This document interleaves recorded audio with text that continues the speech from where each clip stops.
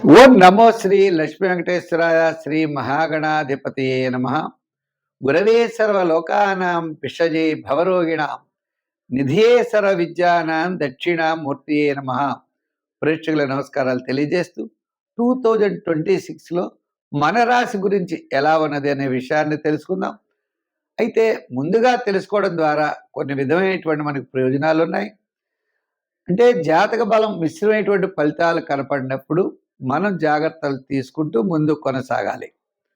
ఒక ప్రయాణం చేసేటప్పుడు రోడ్డు మీద అనుకూలంగా లేనప్పుడు మనం ఏ విధమైనటువంటి జాగ్రత్తలతో మనం ప్రయాణాన్ని సాగిస్తామో అదేవిధంగా మన జీవితంలో ఇబ్బందులు ఎదురవుతున్నాయని తెలుసుకున్నప్పుడు జాగ్రత్తలు తీసుకున్నట్లయితే ఎక్కువ ప్రమాదం జరగకుండా మనం జాగ్రత్త పడవచ్చు. అదేవిధంగా అనుకూలమైన సమయం అని తెలిసినప్పుడు మరి కాస్త వేగంగా వెళ్ళినట్లయితే మంచి ఫలితాలను కూడా పొందవచ్చు.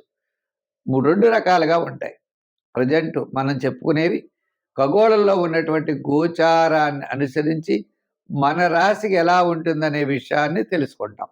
రెండోది మన వ్యక్తిగత జాతక ప్రభావం కూడా మన మీద ఎక్కువగా ప్రభావం చూపిస్తుంది. కాబట్టి మనం ఈ సంవత్సరం 2026లో మన రాశికి ఎలా ఉందో తెలుసుకుని వాటికి సులభమైన పరిహారాలు ఆచరించి మంచి ఫలితాలు పొందే ప్రయత్నం చేద్దాం. వృశ్చిక రాశి. ఈ వృశ్చిక రాశి వారికి మరి తప్పనిసరిగా జూన్ నుంచి డిసెంబర్ వరకు అత్యద్భుతమైన యోగం ఉంటుంది. ఏమిటంటే మరి జూపిటర్ గురుడు నవమ స్థానం భాగ్యస్థానంలోకి వస్తున్నాడు. భాగ్యస్థానంలోకి రావడం వల్ల చాలా కాలం నుండి నిలిచినటువంటి ముఖ్యమైన వ్యవహారాలు జూన్ టు డిసెంబర్ లోపల పూర్తి చేయగలుగుతారు. జూన్ వరకు గురు బలం లేదు, మిగిలిన గ్రహాలన్నీ కూడా బలం సామాన్యంగా ఉన్నది. జూన్ టు డిసెంబర్ జూపిటర్ యొక్క బలం మిగిలిన గ్రహాల యొక్క బలం ద్వారా విశేషమైనటువంటి ఫలితాలు ఉన్నాయి. వివాహాది శుభరూపమైన ప్రయత్నాలు జూన్ టు డిసెంబర్ యోగిస్తాయి. గృహ నిర్మాణము, స్థలం కొనుక్కోవడం, ఓ ఫ్లాట్ కొనుక్కోవడం, ఒక మంచి మంచి వ్యవహారాలన్నీ కూడా మీకు ఎక్కువగా mostly June to December successful time. June వరకు మనం నిదానంగా ఉండడం, కుటుంబ ఆర్థిక సంతానపరమైన వ్యవహారాలు ఉంటాయి. ఆర్థికంగా ఎంత డబ్బు వచ్చినా ఖర్చు అవుతూ ఉంటుంది. ఏ వచ్చినా చికాకుగా ఉంటాయి. సంతృప్తికరంగా ఉండేటువంటి పరిస్థితులు అయితే లేవు. ఆ సంతృప్తికరమైన పరిస్థితులు రావాలి అంటే జూన్ టు డిసెంబర్ వరకు మనం నిరీక్షించాలి. నూతనమైన వ్యవహారాల్లో ఎక్కువ పెట్టుబడులు పెట్టడం మంచిది కాదు. ఆకస్మిక నిర్ణయాలు అనుకూలించవు. అంచేత సంతానపరమైన విషయాలు పర్వాలేదు. కాస్త ఆధ్యాత్మికమైన చింతన ద్వారా, దైవ బలం ద్వారా పెద్దగా ఇబ్బందులు అయితే ఉండవు, కానీ వేగంగా పరిగెట్టేటువంటి పరిస్థితి అయితే మాత్రం లేదు. డిసెంబర్ నుంచి అంటే మనకి మళ్ళా నవంబర్ టు మనకి జూన్ టు డిసెంబర్ చాలా మంచి కాలం ఉంటుంది. ఆ కాలంలో మీరు విజయం తప్పనిసరిగా సాధించగలుగుతారు.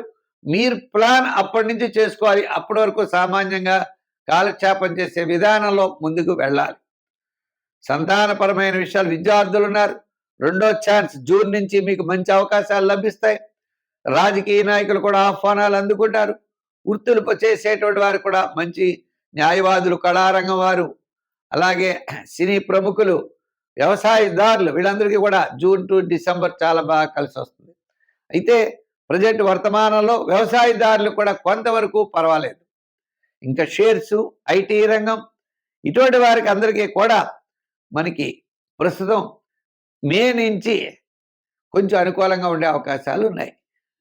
అంతేకాకుండా సెప్టెంబర్, అక్టోబర్ నెలలో ఒక ముఖ్యమైన వ్యవహారం మీకు చాలా బ్రహ్మాండంగా యోగించే అవకాశాలు ఉన్నాయి.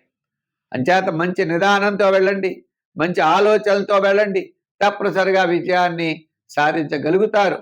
2026 మొట్టమొదటి 6 నెలలు సామాన్యమైన ఫలితాలు, తర్వాత 6 నెలలు విశేషమైన శుభ ఫలితాలని దృష్టితో ప్లాన్ చేసుకుంటే తప్పకుండా విజయం సాధించగలుగుతారు. సంఖ్యల్లో ఎక్కువగా మీరు 7, 9 సంఖ్యలు వాడండి. రంగుల్లో ఎరుపు, తెలుపు వాడండి. గోల్డ్ కలర్స్ వాడండి.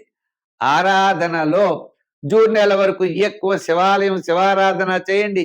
దానితో పాటు అమ్మవారిని ఆరాధించండి. శనగల్ని ఎక్కువగా వినియోగించండి. దక్షిణామూర్తి స్తోత్రాన్ని ఎక్కువ పఠిస్తూ ఉండండి. తర్వాత అమ్మవారి యొక్క స్తోత్రాన్ని కూడా తప్పనిసరిగా పఠించండి. విశేషమైన ఫలితాలు ఉంటాయి. స్వస్తి. ధనుర్రాశి. ఈ ధనుర్రాశి వారికి వర్తమానంలో అర్ధ అష్టమ శని ప్రభావం ఉన్నది. మరి ఈ రాశి వారికి 2026 ఎలా ఉంటుంది అంటే అర్ధాష్టమ శని ప్రభావం, గురుడు భాగ్య సప్తమ స్థాన సంచారం గురుడు అంచేత వీరికి జూన్ నెల వరకు శ్రమైన కొన్ని ముఖ్యమైన వ్యవహారాలు పూర్తవుతాయి. అంచేత శ్రమతో విజయం సాధించే అవకాశాలు ఉన్నాయి. కుటుంబ విషయాలు, ఆర్థికపరమైన విషయాలు, వివాహాది ప్రయత్నాలు, ఉద్యోగం మారే వివాహ విషయాలు, ఇలా ఇటువంటి విషయాలన్నీ కూడా అనుకోకుండా జరిగే అవకాశాలు ఉన్నాయి.